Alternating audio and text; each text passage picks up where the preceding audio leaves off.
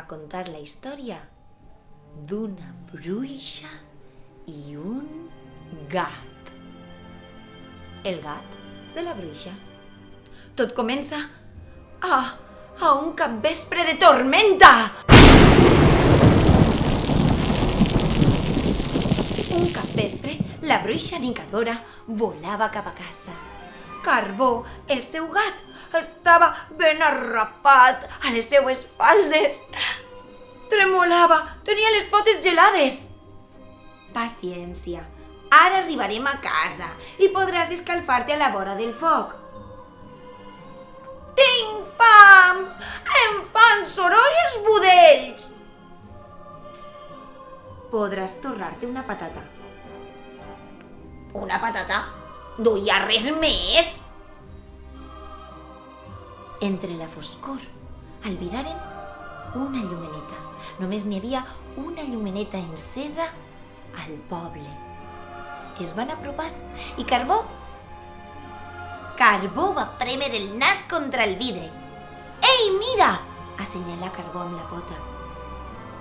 A l'altra banda del vidre, a una habitació ben acollidora, un xiquet llegia un llibre. Un llibre? Com este. Joan resseguia les lletres amb el dit i movia els llavis mentre llegia en silenci. Es va obrir la porta i va entrar la mare. Està interessant, veritat? Però ja és hora d'anar a dormir. I li va agafar el llibre. Joan es va creuar de braços. És tard, hem d'anar a dormir. La mare li va apartar un floc de cabells al xiquet i li va dir: eres la joia de la mare. Eres el xiquet més dolç del món sencer. Fins i tot enfurrismat, eres el xiquet més bonic. I també el més dolç. Has sentit? El més dolç! Va dir Carbó, el gat de la bruixa. Nicadora no pareixia convençuda. Des de quan els gats mengeu xiquets? Soc o no soc el gat de la bruixa? Va dir Carbó. I si només el taste un poquet? Només un tastet. Van esperar fins que tots s'adormiren. Amb molt de compte, Carbó va lliscar pel conducte de ventilació i va obrir la finestra des de dins. Nicadora va agafar un pessic d'herbes màgiques de la bossa, les va fer miquetes amb els dits i les va bufar a l'habitació de Joan. Ja està. Dormirà com un tronc fins demà al matí. La bruixa s'endugué a Joan en un sac fins a la casa de la vora del pantà, on vivia.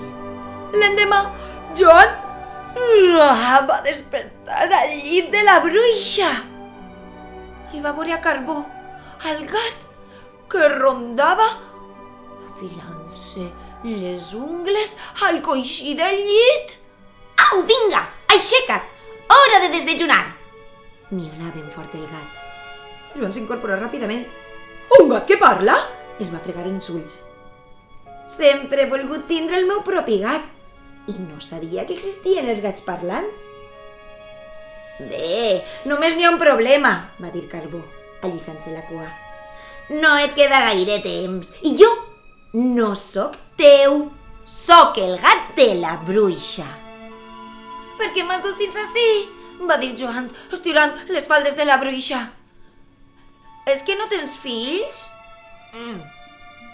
Només tinc a Carbó, va dir Nicadora, la bruixa. I amb això tinc més que prou. Vols adoptar-me? O menjar-me? No, va dir Nicadora. Jo no menjo xiquets. És Carbó qui vol tastar-te. I Carbó es rellepava. El més dolç. Crec que primer t'engreixaré una mica, que estàs molt prim, decidí Nicadora. «Sí, anem a encebar-lo!» va cridar el gat i corregué cap a la cuina. I Joan va seure a la taula del desdejuni. Carbó descansava el cap sobre una pota i amb l'altra rodava una patata per la taula. «I què hi ha per a desdejunar?» va preguntar Joan tímidament.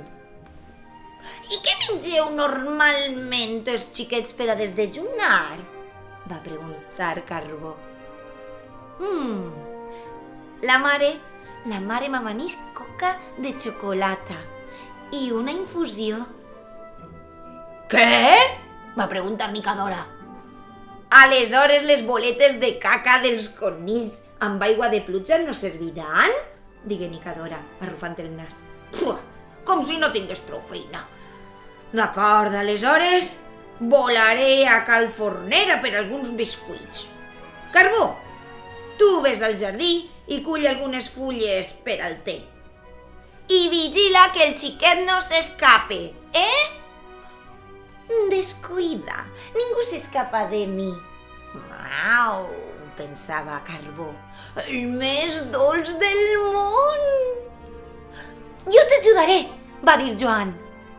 Nicadora va pujar a l'escombra, es va posar les seues ulleres protectores per a que no li entraren mosquits i es va dirigir a cal forner. Era la primera vegada que Nicadora anava a una ciutat tan gran. Va tardar prou mentre mirava tots els aparadors i preguntava a la gent on vivia el forner. Fins i tot va parar a empolvar-se el nas amb farina. Una bruixa també pot voler estar bonica. Mentrestant, Joan i Carbó estaven molt ocupats al jardí de la bruixa. Van recollir fulles per a les infusions, però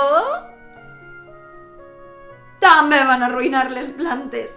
Van arrencar els massissos de trèmol, van trepitjar els fongs verinosos i van desfer les teranyines. Fins i tot xutaren les carabasses contra les portes. Finalment va arribar Nicadora i va omplir tota la taula de biscuits de xocolata. Però, en veure com Joan allargava la mà per agafar-ne un, la bruixa se va lançar consternada en veure-li les ungles tan negres. «Botons!» va cridar i corregué a buscar les tisores. La bruixa Nicadora solia tallar-se les ungles amb una destral o se les deixava arrossegar per les rates a la nit. Però les ungles de Joan eren xicotetes, delicades, no es podien tallar amb una destral. «Vaig a casa del ferrer, cal esmolar estes tisores. Mentrestant, Carbó, neteja el calder amb sorra i vigila el xiquet que no s'escape». «Jo t'ajudaré», va dir Joan. La bruixa va tardar prou. Mentre li esmolaven les tisores, va aprofitar per pujar al carrusel.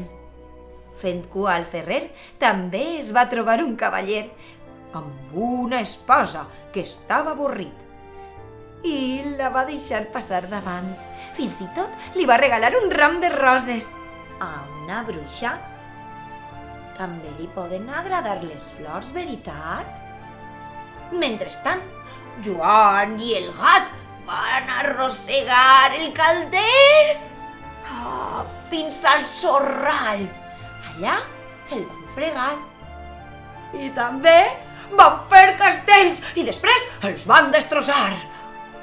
Els tombaren per acabar arrebossats de sorra. Fins i tot van tindre temps d'organitzar un torneig de pollastres valents. Nicadora va tornar exhausta. Va agafar a Joan al braç i li va tallar les ungles, però Joan no volia seure, no parava quiet. I l'intentava mantenir al seu braç i va veure com li queia sorra del cap. «Botons, com puc cuinar-te així?» «De cap manera em menjaré aquest nen amb sorra esmussant-me les dents», va dir el gat. La bruixa no solia rentar-se els cabells.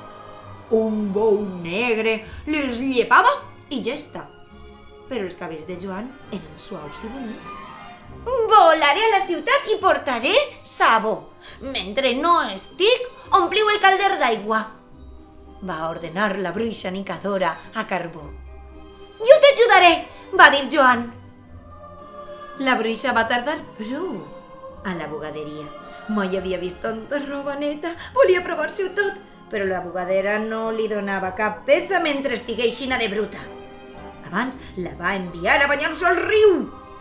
El bany al riu va ser molt llarg. Costava llevar-se la ronya acumulada durant segles. Quan ja estigué ben neta, va escollir alguns vestits i després es va apropar a la costurera per ajustar-se'ls. A una bruixa també li pot agradar anar elegant. Mentrestant, Joan i el gat van omplir el calder, ficant més aigua fora que no dins. Van fer un bassal i es van revolcar com a porcs senglars. La bruixa va tornar. S'havia oblidat el sabó, de manera que li posà un barret de bany al cap a Joan perquè la sorra no caigués al calder. Així servirà. Cap endins! Joan, desanimat, va començar a treure's la roba i aleshores la bruixa nicadora li va veure els peus tots bruts. Oh, botons! On vas amb uns peus tan bruts? La bruixa no solia rentar-se els peus. Ella es treia les sabates i es fregava entre els dits amb la barba d'una cabra negra i ja està. Però els peus de Joan eren xicotets i fràgils. Mentre vaig a comprar una esponja, va dir Nicadora, busca el llibre de receptes entre els llibres d'encanteris. Jo t'ajudaré, va dir Joan. Joan i el gat van llegir algunes receptes, altres les van fullejar i també en van escriure de noves als llibres antics. I Carbó va esquinçar els més vells, els que tenien les cobertes més gastades i descolorides. La bruixa Nicadora va anar a un gran magatzem per trobar una esponja. Com que no havia estat mai abans, es va marejar un poc en veure tantes coses. Va tardar prou en decidir-se per un pintallavis color negre adequat i per unes calces esgarrades ben modernes. Va passar davant d'un espill hores i hores. A una bruixa també li pot agradar passar-ho bé anant de compres.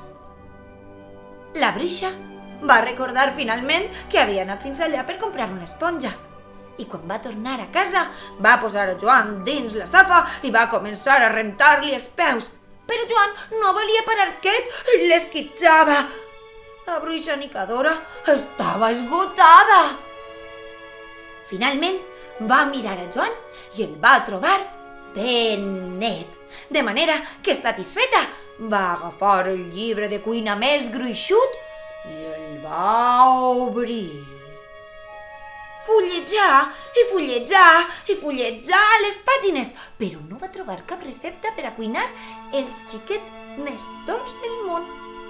Cap pista sobre quines espècies. Cap pista sobre si fer-lo torrat o fregit o bullit. La bruixa Nicadora començava a tindre mal de cap. I tu d'on has sortit?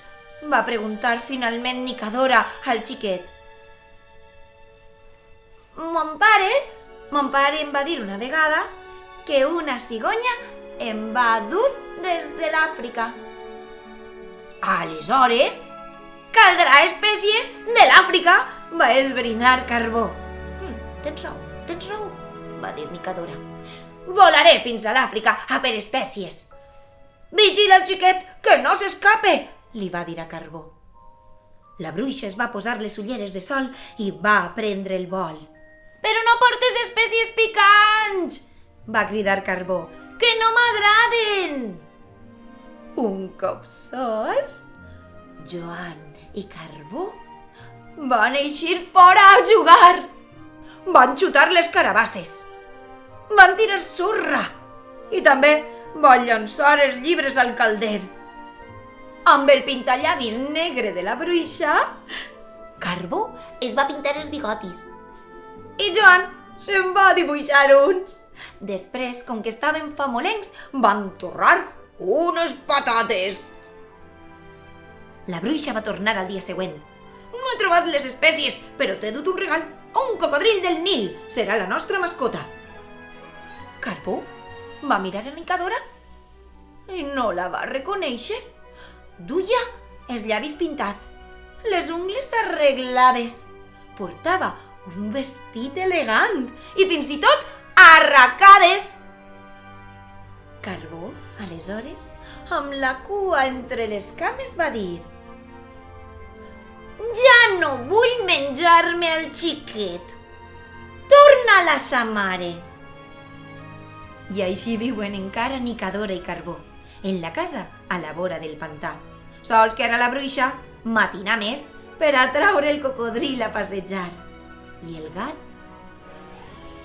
gat l'espera pacientment a la taula del desdejuni, sense miolar més.